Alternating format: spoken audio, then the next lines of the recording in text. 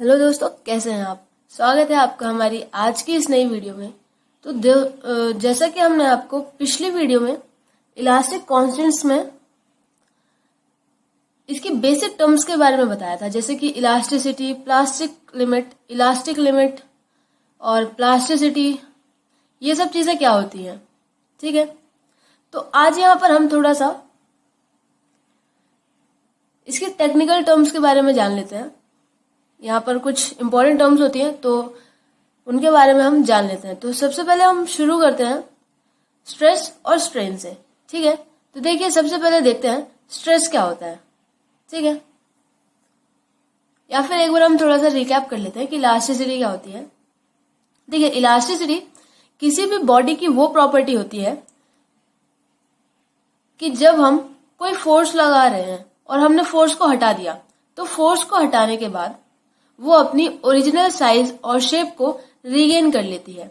ठीक है, तो जो बॉडी ऐसा कर पाती है उस बॉडी को हम बोलते हैं इलास्टिक बॉडी। ठीक है, और उसकी इस प्रॉपर्टी को बोलते हैं इलास्टिसिटी।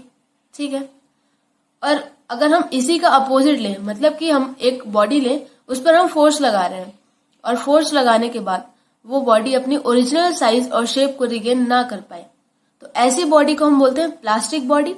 ठीक है, और प्लास्टिक बॉडी की इस प्रॉपर्टी को हम क्या बोलते हैं, प्लास्टिसिटी। ठीक है, तो अब इसी तरह यहाँ पर एक टर्म आती है इलास्टिक लिमिट। ठीक है, इलास्टिक लिमिट क्या होती है कि अगर एक पर्टिकुलर लिमिट होती है कि अगर उस लिमिट तक हम फोर्स लगाते हैं उस बॉडी पर, तो फोर्स को हटाने के बाद बॉडी अपनी ओरिजिनल साइज और शेप में आ जाती है। लेकिन अगर हम उस लिमिट से ज्यादा फोर्स लगा देते हैं उस बॉडी पर, तो जब हम फोर्स को हटाएंगे उसके बाद वो बॉडी अपनी ओरिजिनल साइज और शेप में नहीं आ पाती है। उसको हम बोलते हैं इलास्टिक लिमिट। ठीक है, और अगर आपको इस चीज को थोड़ा सा एक्सपेरिमेंटली समझना है, ठीक है, रियल लाइफ में हम इसको कैसे समझ सकते हैं, तो आप हमारी इस प्लेलिस्ट की पिछली वीडियो को देखिए। वहां पर हमने आपको एक अच्छे से एक्सपेरिमेंट करके समझा रखा है कि इलास्टिसिटी क्या होती है, प्लास्टिसिटी क्या होती है, इलास्टिक लिमिट क्या होती है, प्लास्टिक लिमिट क्या होती है, ये सब कुछ। ठीक है, तो आपको उस प्लेलिस्ट का लिंक डिस्क्रिप्शन बॉक्स में भी मिल जाएगा, तो आप वहां से जाकर आराम से देख सकते हैं। तो देखिए, यहां से स्टार्ट करते हैं, हम स्ट्रेस से स्टार्ट करते हैं। ठीक है, स्ट्रेस, स्ट्रेन, और फिर यहां से हम हुक्स लॉ पर आएंगे और धीरे धीरे ऐसे ही करेंगे। तो सबसे पहले हम बात करते हैं स्ट्रेस।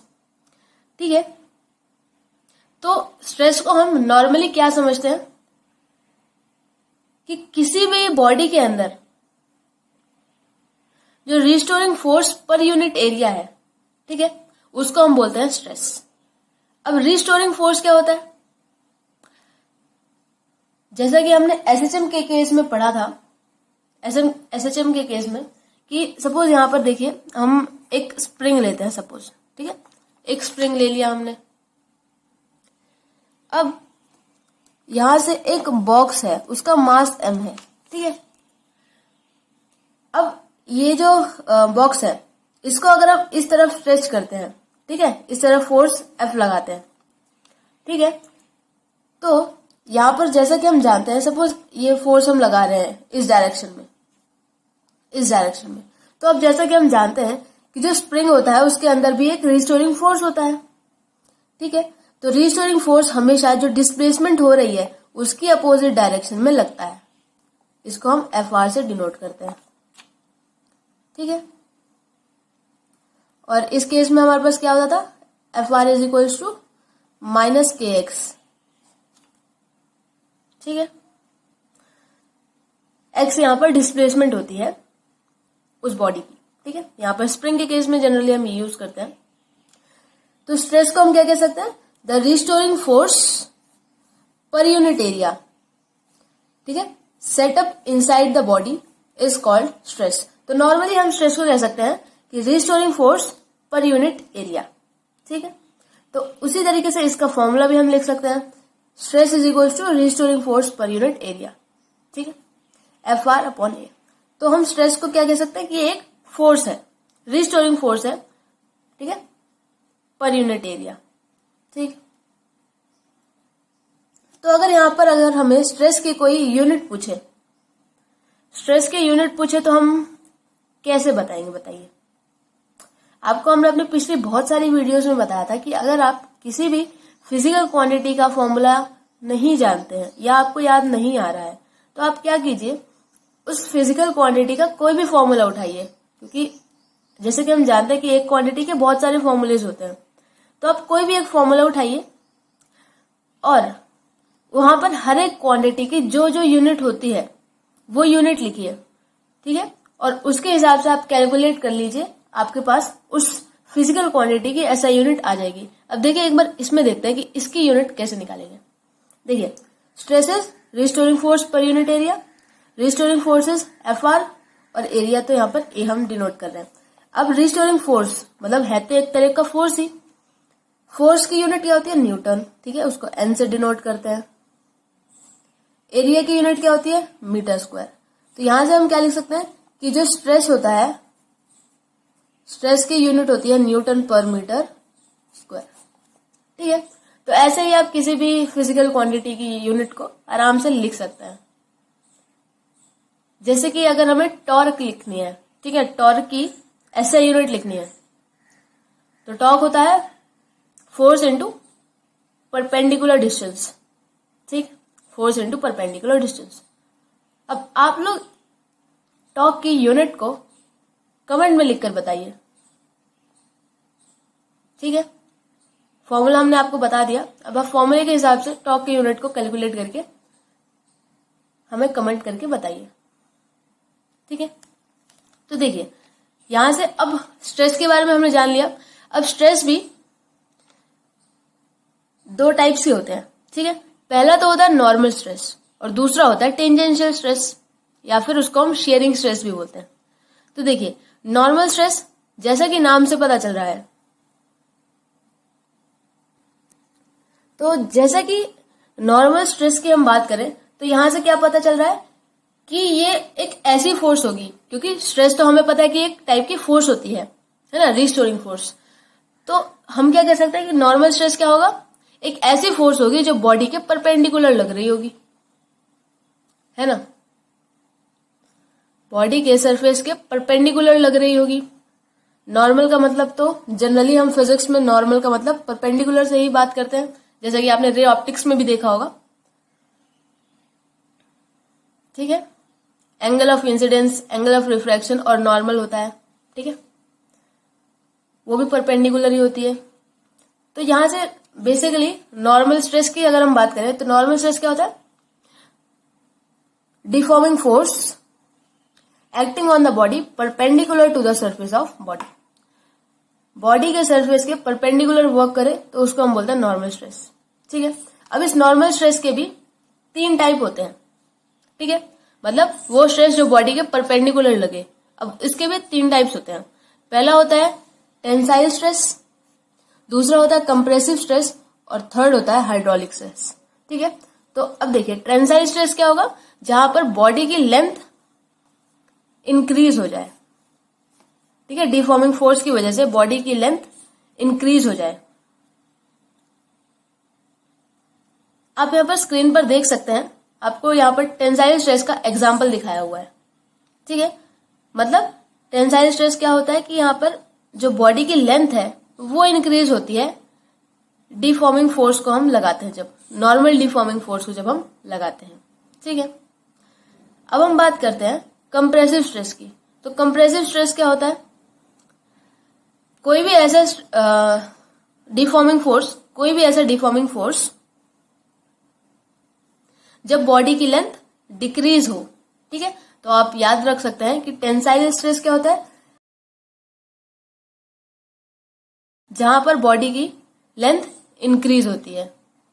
सिमिलरली कंप्रेसिव स्ट्रेस क्या होता है, वो स्ट्रेस होता है जहां पर बॉडी की लेंथ डिक्रीज होती है।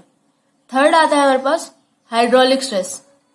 हाइड्रोलिक स्ट्रेस क्या होता है, जब बॉडी की वॉल्यूम में चेंज आता है, ठीक है, चेंज आता है, मतलब या तो डिक्रीज होगी या फिर इंक्रीज होगी जब हम नॉर्मल डिफॉर्मिंग फोर्स को लगाएंगे, ठीक है। तो इसको हम कुछ इस तरीके से लिख सकते हैं, when volume of body changes without any change in its shape on account of a normal deforming force, मतलब कि उसमें चेंज नहीं होगी उस शेप में, मतलब बॉडी की शेप में कोई चेंज नहीं होगा, बट उसकी वॉल्यूम इंक्रीज हो जाएगी या फिर डिक्रीज हो जाएगी। ठीक है, तो यहाँ पर ध्यान देने वाली बात यह है कि ये जो हाइड्रोलिक स्ट्रेस है इसमें क्या होगा, जो बॉडी की शेप है वो तो चेंज नहीं होगी, लेकिन बॉडी की वॉल्यूम चेंज हो जाएगी नॉर्मल डिफॉर्मिंग फोर्स लगाने के बाद। ठीक है, जैसे कि हमने नॉर्मल डिफॉर्मिंग फोर्स लगाया और उसको हटा दिया, तो जब हमने फोर्स हटाया तो उस बॉडी की शेप तो सेम ही रहेगी, लेकिन जो बॉडी की वॉल्यूम है वो चेंज हो जाएगी। ठीक, अब यहां पर हम जो हमने बोला था आपको कि स्ट्रेस दो टाइप्स के होते हैं, है ना, दो टाइप के होते हैं। एक तो होता है नॉर्मल स्ट्रेस, दूसरा होता है हमारे पास टेंजेंशियल स्ट्रेस, या फिर उसको हम शेयरिंग स्ट्रेस भी बोलते हैं। अब टेंजेंशियल की बात हो रही है तो मतलब नाम से हमको समझ में आ रहा है, तो यहां पर हमको ये चीज नाम से ही समझ में आ रहा है, टेंजेंशियल स्ट्रेस। ठीक है, तो इसको हम कैसे लिखेंगे, when deforming force acting on the body is parallel to the surface.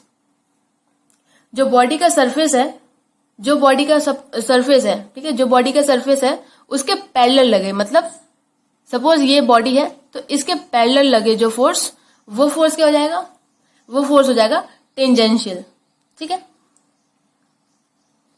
when deforming force acting on the body is parallel to the surface of the body then it is known as tangential stress, या फिर इसको हम shearing stress भी बोलते हैं।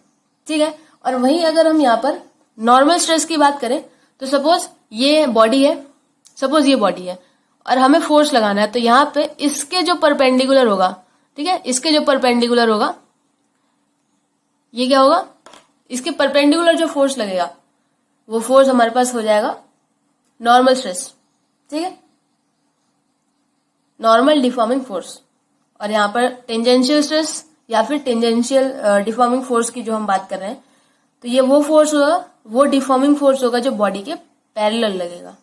ठीक है, तो दोस्तों यहाँ पर स्ट्रेस का यहाँ पर टॉपिक हमारे पास खत्म होता है। बीएससी में यहाँ पर हमारे पास बहुत ज्यादा डिटेल में ये नहीं दिया हुआ है हमारे सिलेबस में, हमें यहाँ पर कुछ टर्म्स पता होनी चाहिए और यहाँ पर हम थोड़ा सा हमें इसके रिलेशंस पता होने चाहिए इलास्टिसिटी के, और यहाँ से हम आराम से अपना न्यूमेरिकल क्वेश्चंस जो आते हैं उसको हम आराम से सॉल्व कर सकते हैं। ठीक है, तो इतना ज्यादा डिटेल में नहीं होता है हमारे सिलेबस में बीएससी में, बाकी हमने ये अपने 11th में तो अच्छे से डिटेल में पढ़ा ही हुआ होता है। तो यहां से हमारे पास स्ट्रेस का ये टॉपिक खत्म होता है। अगली वीडियो में स्ट्रेन की बात करेंगे और यहां से फिर हम इलास्टिक लिमिट और हुक्स लॉ इसके बारे में बात करेंगे, और उसके बाद एक हमारा बहुत ही ज्यादा इंपॉर्टेंट टॉपिक आता है जिसको हम बोलते हैं twisting torque on a cylinder. ठीक है, तो वो भी हम कवर करेंगे अपनी आने वाली वीडियोस में। तो दोस्तों मिलते हैं अगली वीडियो में स्ट्रेन के टॉपिक के साथ। दोस्तों मिलते हैं अगली वीडियो में, तब तक अपना ध्यान रखिए, अपने पेरेंट्स का ध्यान रखिए और मेहनत करते रहिए।